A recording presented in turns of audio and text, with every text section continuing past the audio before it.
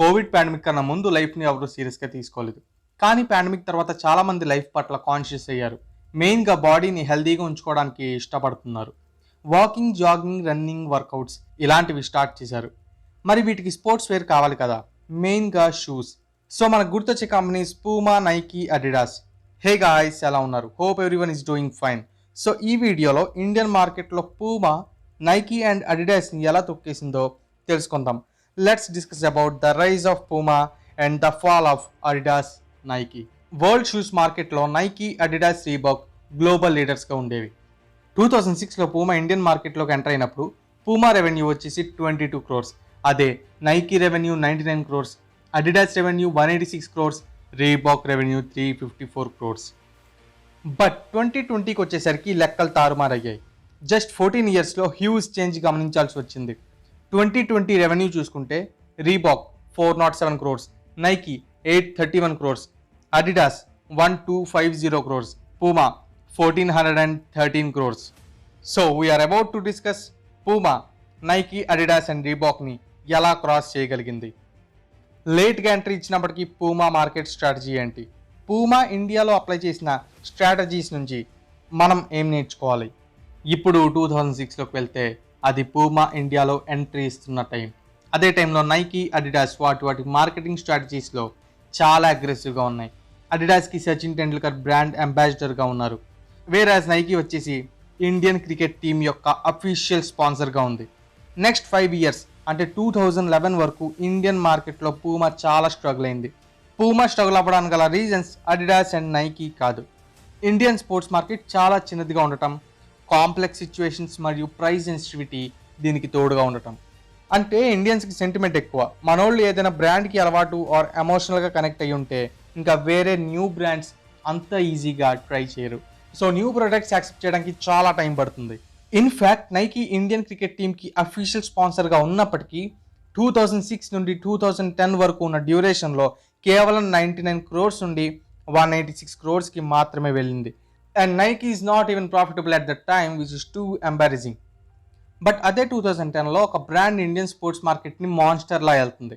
It's none other than Reebok with the revenue of 783 crores by 2010. ఇక్కడ difference గమనించారా? Nike యొక్క revenue 186 crores, అలాగే Reebok యొక్క revenue 783 crores. ఇది ఎలా పాసిబుల్ అవుతుంది? ఈవెన్ సచిన్ టెండూల్కర్కి ఇండియన్ క్రికెట్ టీంకి స్పాన్సర్ చేస్తూ స్ట్రగుల్ అవుతున్న నైకీ, అడిడాస్ని బీట్ చేసి రీబాక్ ఎలా సక్సెస్ అయింది? దీనికి సింపుల్ ఆన్సర్ ఏంటంటే రీబాక్ ఒక స్పాన్సర్డ్ ప్రోడక్ట్ కన్నా ఇది ఒక ఫ్యాషన్ ప్రోడక్ట్గా తనని తాను ప్రమోట్ చేసుకుంది. ఫర్ ఎగ్జాంపుల్, ఒక స్టార్ హీరో ఒక టీషర్ట్ని చూపించి ఇది కొనుక్కోండి అనే దానికన్నా ఆ టీషర్ట్ వేసుకుని బయటకు వస్తే దాని ఇంపాక్ట్ ఎక్కువగా ఉంటుంది. ఆ టైంలో ఆ ఇండైరెక్ట్ ప్రమోషన్స్కి పీపుల్ అట్రాక్ట్ అయ్యారు.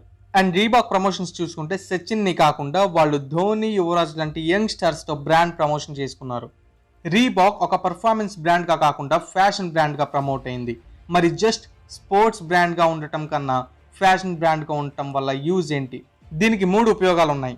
ఇండియాలో ఎవరైనా స్పోర్ట్స్ ఆడటం కోసం షూస్ కొనుక్కుంటే సేమ్ షూస్ని ఆల్ టైప్స్ ఆఫ్ స్పోర్ట్స్కి యూజ్ చేస్తాం. ఇలా ఎందుకు చేస్తామంటే, నెంబర్ 1, మనం ఆ షూస్ని జాగింగ్కి యూజ్ చేస్తాం, వాకింగ్కి యూజ్ చేస్తాం, క్రికెట్కి యూజ్ చేస్తాం, ఫుట్బాల్కి యూజ్ చేస్తాం, అలాగే ఎక్కడైనా పార్టీ ఆర్ ఫంక్షన్కి వెళ్ళినా అక్కడ కూడా యూజ్ చేస్తాం. నెంబర్ 2, ఫారినర్స్ ఆడినంత సీరియస్గా మనం స్పోర్ట్స్ ఆడం. ఫర్ ఎగ్జాంపుల్, మన వాళ్ళు క్రికెట్ ఆడినా, ఫుట్బాల్ ఆడినా గల్లీలు లేదా ఖాళీగా ఉండే గ్రౌండ్స్లో ఆడతారు. సో పొద్దస్తమానం డిఫరెంట్ టైప్స్ ఆఫ్ షూస్ని యూజ్ చేయరుగా. కానీ ఫారినర్స్ ఒక సెపరేట్ స్పేస్లో ఆడతారు. సో వాళ్ళు ఒక్కొక్క ఆటకి ఒక్కొక్క టైప్ ఆఫ్ స్పోర్ట్స్ వేర్ వేసుకుంటారు. అదే క్యాజువల్ యూసేజ్కి వచ్చేస్తే డిఫరెంట్ టైప్స్ ఆఫ్ షూస్ని డిఫరెంట్ అకేషన్స్ కోసం పర్చేస్ చేస్తాం. సో మనకి ఇండైరెక్ట్గా స్పోర్ట్స్ కన్నా ఫ్యాషన్కి రిలేట్ అయి ఉన్నాం. దీనికి ఇంకో మెయిన్ రీజన్ ఉంది. 2010 ఆ టైంలో స్పోర్ట్స్ షూస్ బ్రాండ్స్ చాలా రేర్గా ఉన్నాయి, లైక్ అడిడాస్, నైకీ, రీబాక్. కానీ ఫ్యాషన్ ఇండస్ట్రీలో Levi's, United Colors of Benetton, Fila, Lee Cooper లాంటి ఎన్నో బ్రాండ్స్ ఉన్నాయి. ఇలా అన్ని రకాల షూస్తో పీక్ టైంలో ఉన్న రీబాక్కి ఏమైంది? రీబాక్ ఒక స్కామ్లో ఇరుక్కుంది. ఆల్మోస్ట్ 6,000 crores అప్పటికే ఫస్ట్ ప్లేస్లో ఉన్న సత్యం కంప్యూటర్ స్కామ్ని దాటేసి 8,400 crores స్కామ్లో రీబాక్ ఇరుక్కుంది. ఐటీ రూల్స్ని వైలేట్ చేసినందుకు ఇండియన్ ఫినాన్స్ కమిషన్ రీబాక్ పైన యాక్షన్ తీసుకోవడం కూడా జరిగింది. విషయం మీడియాకి లీక్ అయింది. రీబాక్ రెప్యుటేషన్ పోయింది. సేల్స్లో సడన్ డ్రాప్ వచ్చింది. ఇదే టైంలో పూమా చేప కింద నీరులా ప్రవహించింది. రీబాక్ ఫుడ్ స్టెప్స్ని ఫాలో అవుతూ ఎనదర్ ఫ్యాషన్ బ్రాండ్గా ఎదిగింది. పూమా ఇప్పటికీ సేమ్ ఫార్ములాను యూజ్ చేస్తూ ఇండియన్ స్పోర్ట్స్ ఇండస్ట్రీ మార్కెట్లో లీడర్గా ఉంది. ఇది పూమా ఓవర్ నైట్లో చేయలేదు, బట్ ఒక ప్లాన్ అండ్ విజన్ ప్రకారం డెవలప్ అవుతూ వచ్చింది. ఆల్సో పూమా ఇండియాలో ఉన్న ప్రైస్ సెన్సిటివిటీని దృష్టిలో పెట్టుకుని జాగ్రత్తలు పాటించింది. ఇప్పుడు పూమా ఎలా సక్సెస్ అయిందో చూద్దాం. How Puma succeeded in India. Firstly 115 సిటీస్లో పూమా 340 స్టోర్స్ని ఓపెన్ చేసింది. ఒకే చోట మల్టిపుల్ స్టోర్స్ని ఓపెన్ చేయకుండా. ఈ 340 స్టోర్స్లో కూడా 320 స్టోర్స్ ఫ్రాంచైజ్ మోడల్లో రన్ చేసింది. సో ఇన్వెస్ట్మెంట్ని సేవ్ చేసుకోవడంతో పాటు ఎక్స్ట్రా ఇన్కమ్ కూడా ఎర్న్ చేయగలిగింది. దీనివల్ల 2014 వరకు పూమా 13% సేమ్ స్టోర్ సేల్స్ని రిపోర్ట్ చేయగలిగింది. డిస్ట్రిబ్యూషన్ పైన దృష్టి పెట్టింది. డిస్ట్రిబ్యూషన్లో మంచి రిలేషన్ మెయింటైన్ చేసింది. రీబాక్ క్లోజ్ అయిపోవడం వల్ల ఖాళీగా మిగిలిపోయిన వాళ్ళందరినీ పూమా ఆదుకుంది. ఫర్ ఎగ్జాంపుల్, రీబాక్ యొక్క బిగ్గెస్ట్ వెండర్ అయిన రిషబ్ స్పోర్ట్స్ నేషన్ లాంటి వెండర్స్తో పార్ట్నర్షిప్ కుదుర్చుకుంది. మరియు అదే కాకుండా బోత్ B2B, B2Cలో రీబాక్ మిగిల్చిన గ్యాప్ని పూమా ఫిల్ చేస్తూ వచ్చింది. పీపుల్ యొక్క నీడ్స్ని దృష్టిలో పెట్టుకుని పీపుల్ యొక్క నీడ్స్ని స్టడీ చేసి ప్రోడక్ట్స్ డిజైన్ చేసింది. ఎగ్జాంపుల్ ఫ్లిప్ ఫ్లాప్స్, శాండిల్స్ అలా అనమాట. పూమా ఎదగడానికి ప్రైస్ సెన్సిటివిటీ అనే కాన్సెప్ట్ గురించి చెప్పడం జరిగింది. అది ఎలా అంటే, మీరు షూస్ కొనాలనుకుని ఏదైనా కామర్స్ సైట్ ఓపెన్ చేసి లైక్ ఫ్లిప్కార్ట్, అమెజాన్ ఏదైనా ఒక షూస్ని సెలెక్ట్ చేసుకోండి. పూమా స్టార్టింగ్ రేంజ్ వచ్చేసి 1100 నుంచి ఉంటుంది. అదే అడిడాస్ 1600 నుంచి ఉంటుంది. నైకీ 2200 నుంచి ఉంటుంది. సో మీరు ఏం సెలెక్ట్ చేసుకుంటారు? సో ప్రైస్ సెన్సిటివిటీ అంటే ఇదే కాకుండా పూమా లైఫ్ స్టైల్ బ్రాండ్గా ఎదిగింది. దీనికి లీసా హెర్డన్, జాక్వెలిన్ ఫెరాండైస్, చిత్రాంగదా సింగ్ లాంటి వాళ్ళని బ్రాండ్ అంబాసిడర్స్గా పెట్టుకుంది. పూమా బెంగళూరులో మిలియనర్స్ ఉండే ప్లేస్లో ఫ్యాషన్ క్లబ్లో ఇన్వెస్ట్ చేసింది. సో అక్కడున్న రిచ్ అండ్ పాష్ పీపుల్ అక్కడికి వస్తారు. ఇండైరెక్ట్గా బ్రాండ్ ప్రమోషన్ జరుగుతుంది. పూమా లవ్స్ వినైల్ లాంటి కాన్సెప్ట్స్ని లాంచ్ చేసింది. నైట్ క్లబ్స్ నిర్వహించింది. అక్కడ మ్యూజిక్ కాన్సర్ట్స్ అండ్ డ్యాన్స్ జరుగుతాయి. నైకీ ఇండియన్ క్రికెట్ టీంకి స్పాన్సర్ చేస్తూ 100 కోట్లు ఖర్చు పెడుతుంది.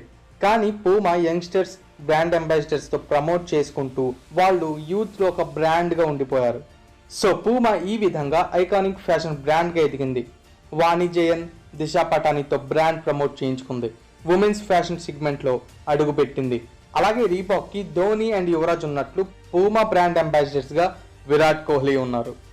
So Reebok versus Puma growth ratio చూసుకుంటే రీబాక్ 2006లో 400 క్రోర్స్, 2011లో 616 క్రోర్స్, 2013లో 219 క్రోర్స్, 2014లో 324 క్రోర్స్. వేరాజ్ పూమా చూసుకుంటే 2006లో లెస్ దాన్ 100 క్రోర్స్, 2010లో 319 క్రోర్స్, 2011లో 523 క్రోర్స్, 2014లో 767 క్రోర్స్, 2019లో 1413 క్రోర్స్. 2019కి వచ్చేసరికి టాప్ బ్రాండ్స్గా ఉన్న నైకీ, అడిడాస్ స్ట్రగుల్ అవడం స్టార్ట్ అయ్యాయి. పూమాకు పోటీగా అడిడాస్ తన యొక్క బ్రాండ్ అంబాసిడర్స్గా దీపికా రణ్వీర్ సింగ్తో ప్రమోట్ అయ్యింది. బట్ ఇది కూడా వర్కౌట్ అవ్వలేదు. మా ఇండియాలో ఎదిగిన విధానం నుంచి మనం నేర్చుకోవాల్సిన విషయాలు ఏంటి? Number 1, price sensitivity. Indians quality and usage కన్నా ఎఫోర్డబిలిటీని చూస్తారు. ఫర్ ఎగ్జాంపుల్, క్యాష్యూ మసాలా కన్నా పానీపూరి ఎక్కువ సేల్ అవుతాయి. మనిషికి బేసిక్గా కావాల్సింది తిండి. అంటే మనకు హెల్తీ ఫుడ్ కన్నా టేస్టీ ఫుడ్ ఎఫోర్డబిలిటీగా ఉన్నది ఎలాగైతే కన్జ్యూమ్ చేస్తామో అలాగే ఫ్యాషన్లో కూడా. అంటే ఆడియన్స్కి ఇంట్రెస్ట్ ఉన్నంత మాత్రాన ఆ ఇంట్రెస్ట్ సేల్స్గా కన్వర్ట్ అవ్వదు. మనం ఎక్కువగా ఇంట్రెస్ట్ ఆడే స్పోర్ట్ క్రికెట్ అండ్ కబడ్డీ. మరి క్రికెట్ అండ్ కబడ్డీ కోసం మనం స్పెండ్ చేసేదంతా ఐఫోన్ కోసం ఎంతో ఇంట్రెస్ట్గా వెయిట్ చేసి ఆ మోడల్ గురించి స్టడీ చేస్తాం, కానీ చివరికి ఆండ్రాయిడ్ ఫోనే కొంటాం. ఒక మహానుభావుడు ఇలా అన్నాడు, intelligence is learning from your mistakes, wisdom is learning from others mistakes అని. అంటే నీ తప్పుల నుండి నువ్వు నేర్చుకునేది తెలివి, అదే ఎదుటి వాళ్ళ తప్పుల నుంచి నువ్వు నేర్చుకునేది జ్ఞానం. ఇక్కడ పూమా అదే చేసింది. రీబాక్ మిస్టేక్స్ నుండి చాలా నేర్చుకుంది. నంబర్ 3, ఇది చాలా ఇంపార్టెంట్. ఇండియాలో ప్రాఫిట్స్ కన్నా నంబర్ ఆఫ్ సేల్స్ మీద బ్రాండ్ వాల్యూ ఆధారపడి ఉంటుంది. ఇక్కడ పూమా కూడా అదే చేసింది.